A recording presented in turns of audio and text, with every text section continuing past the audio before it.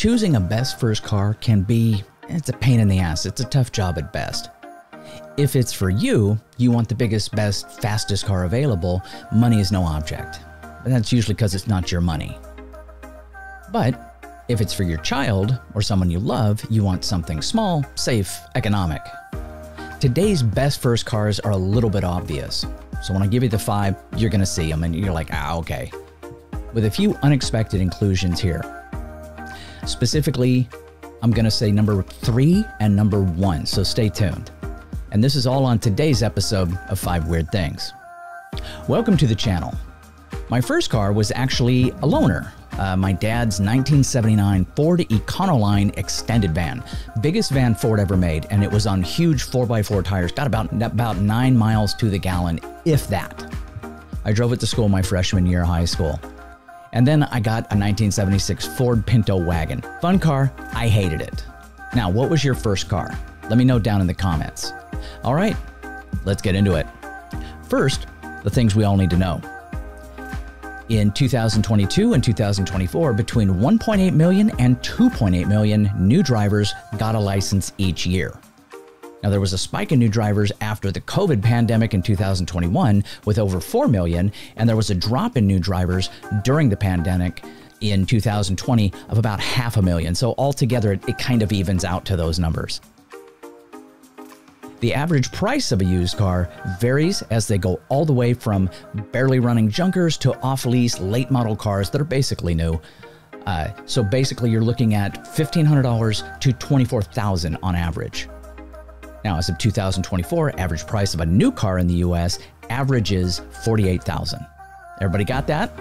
Good. Weird thing number 5, the Chevy Spark. The Chevy Spark may be tiny, but it's packed with unique features and quirks that makes it a standout in the world of compact cars. Chevy Spark started its life as the Daewoo Matiz in 1998.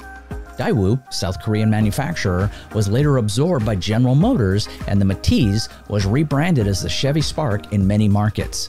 It's like the Spark had a total makeover and a name change before going global with a company that's going to be able to push it further globally. Now, it's also one of the most affordable new cars. Chevy Spark consistently ranks as one of the most affordable new cars on the market, designed to be budget-friendly without sacrificing style, making it a popular choice for first-time car buyers or anyone who wants to keep costs low while still driving something new. There's also an all-electric version. Many people don't know the Spark had an all-electric version called the Spark EV. Introduced in 2013, the electric model was sold in the US markets as part of GM's effort to push eco-friendly vehicles, in my opinion, a few years before the battery technology was there. I still don't feel like it's 100% there. Now, while it's no longer in production, the Spark EV was one of the smallest, zippiest electric cars available at the time. Also, despite its tiny exterior, Spark is known for its surprisingly spacious interior, thanks to its clever design and high roof line. It can comfortably seat 4 adults with ample headroom and enough cargo space for groceries or luggage. It's basically a TARDIS of cars. Bigger on the inside than it looks on the outside. And if you get the reference, you get serious points from me, because when I first saw it, I didn't even connect it. Now, it's also a favorite among city drivers. The Spark's ultra-compact size and tight turning radius make it a favorite among city driving, especially for places with narrow streets and limited parking. It's narrow, and you can practically do a U-turn on an average street. You can squeeze into parking spots that would intimidate much larger cars, making it a perfect companion for urban dwellers who need a nimble and efficient ride. So the Chevy Spark proves that things can come in small packages, offering affordability, surprising roominess, and even an eco-friendly side with its electric version. Weird thing number 4, the Mazda III. The Mazda III is known for being stylish, fun to drive, and a favorite among car enthusiasts. But there's more to the compact car that meets the eye. Now, there was a tie here at number 4 between the Mazda III and the Volkswagen Golf, but my niece had a Mazda III, and to this day, I'm still a little shocked at really how nice it was. So it won. It wasn't always called the Mazda III. Before it was called the Mazda III, the model was known as the Mazda Familia, or Mazda 323 in some markets. I think that's where I first saw it, was the 323. It wasn't until 2003 that Mazda rebranded it as the Mazda III, bringing it in line with their new naming system, so the Mazda III is essentially a rebranded veteran. Now, it also introduced Skyactiv technology. Mazda III was one of the first models to feature Mazda's revolutionary Skyactiv technology, which includes lighter engines, transmissions, and chassis designed for fuel efficiency and performance. It's like the Mazda III went on a diet and it came back both better stamina and speed. Now, it's been sold in over 120 countries. You didn't hear that wrong, 120. The Mazda III has reached over 120 countries worldwide, making it one of Mazda's most successful global models. This compact car has truly traveled the world from the streets of Tokyo to the highways of Texas. Its interior is inspired by Japanese philosophy. Now, the design team followed a Japanese concept called Jinba Itai, which translates to horse and rider as one. The idea is that the driver and the car should feel perfectly in sync. The Mazda 3's cockpit design reflects this philosophy, with an intuitive layout that makes driving feel like a natural extension of yourself. It's kind of like a Zen driving experience. There's also a diesel version, not available everywhere. Now, while it's best well known for its gas engines, there's a little-known diesel-powered Mazda 3 that was sold in Europe and a few other markets. I don't think it was ever sold in the US. It is a rarity. But for the eco-conscious diesel fans, it is a chance to get that Mazda driving thrill with a different fuel source. The Mazda 3 may look like an everyday sleek car, but its innovative technology, global appeal, and Zen-like design make it a standout in the compact car world. Weird thing number 3, the Ford Fiesta. Ford Fiesta might be small, but it is packed with personality, and it has quite a few interesting facts up its sleeve. First, it was almost named the Bravo. When Ford was developing the Fiesta in the 1970s, they considered calling it the Ford Bravo.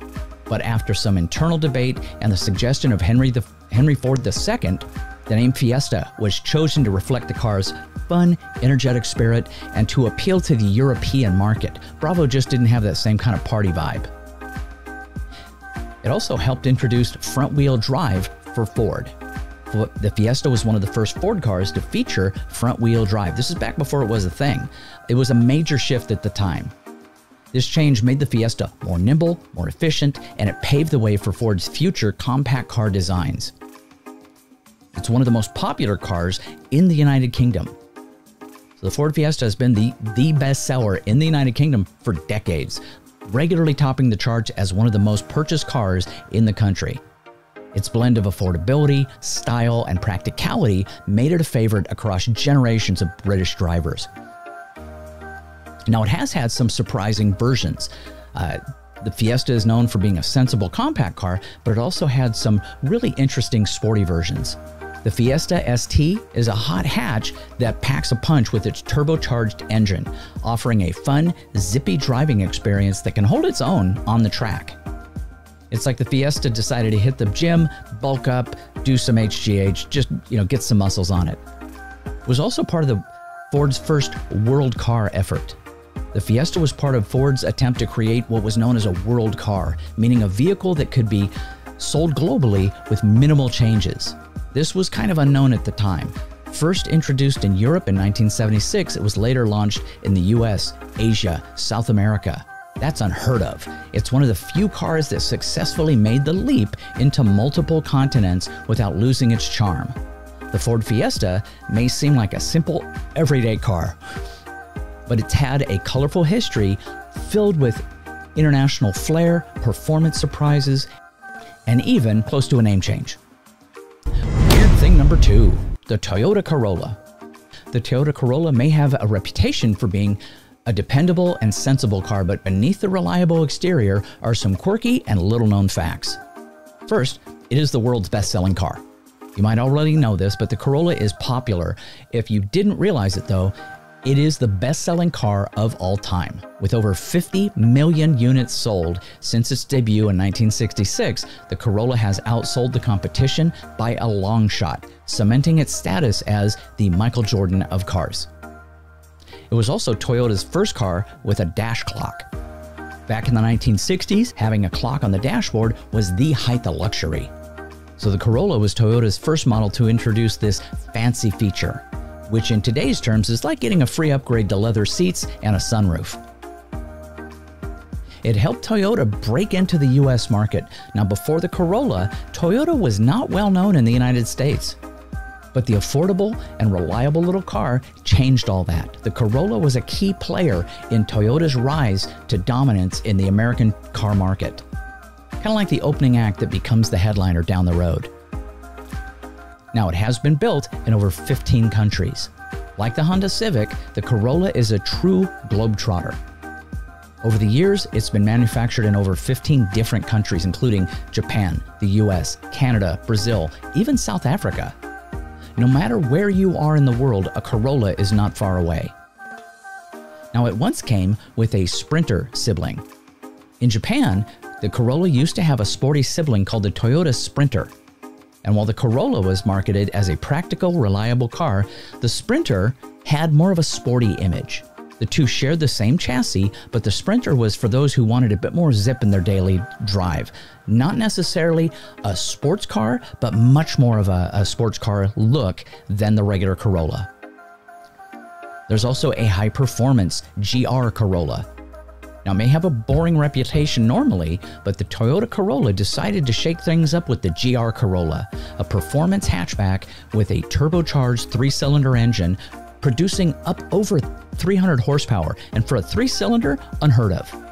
It's the kind of car that shows that even the most sensible cars can have a wild side. Like your mild-mannered friend suddenly showing up with a motorcycle. So the Toyota Corolla might be known for its practicality, but it's got a rich history, full of surprises, and even some high-performance thrills. And finally, weird thing number 1, the Honda Civic. Did it really shock you? The Civic is a legend in the automotive world, but it's hiding some really fascinating secrets not everybody knows about. Now, first, it was originally a 2-door only. So when the Civic first launched in 1972, it was only available in a 2-door model. The 4-door option didn't come along until later, proving the Civic was originally built with simplicity in mind, and maybe the idea of fewer friends to drive around. Now, it was also the first car to use CVCC technology. That's an engine technology it was Honda's revolutionary compound vortex controlled combustion engine.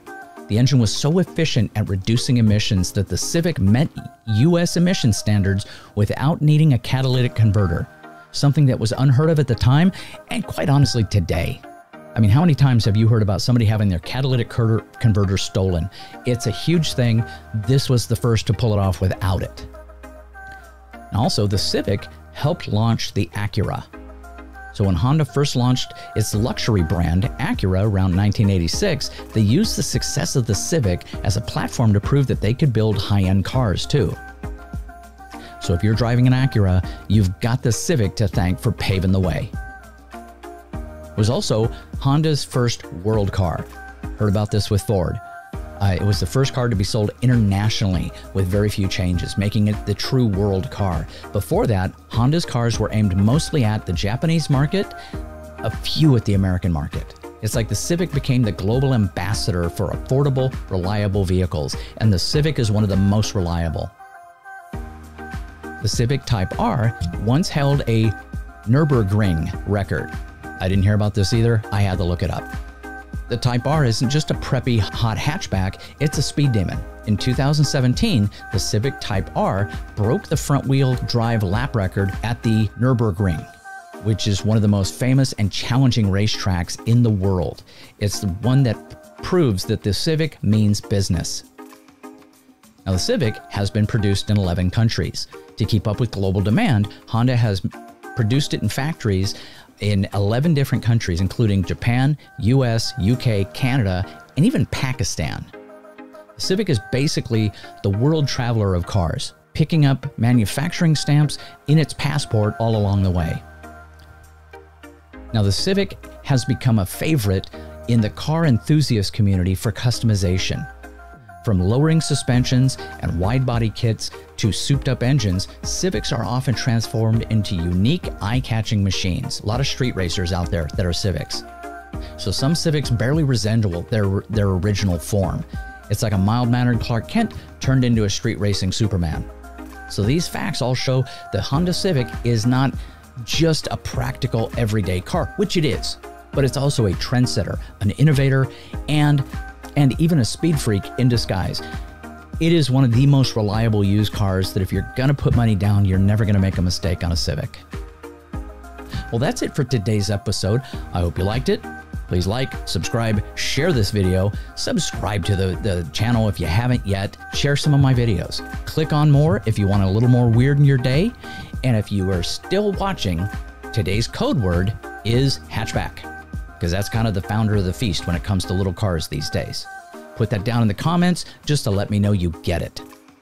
Take care. Have a great day.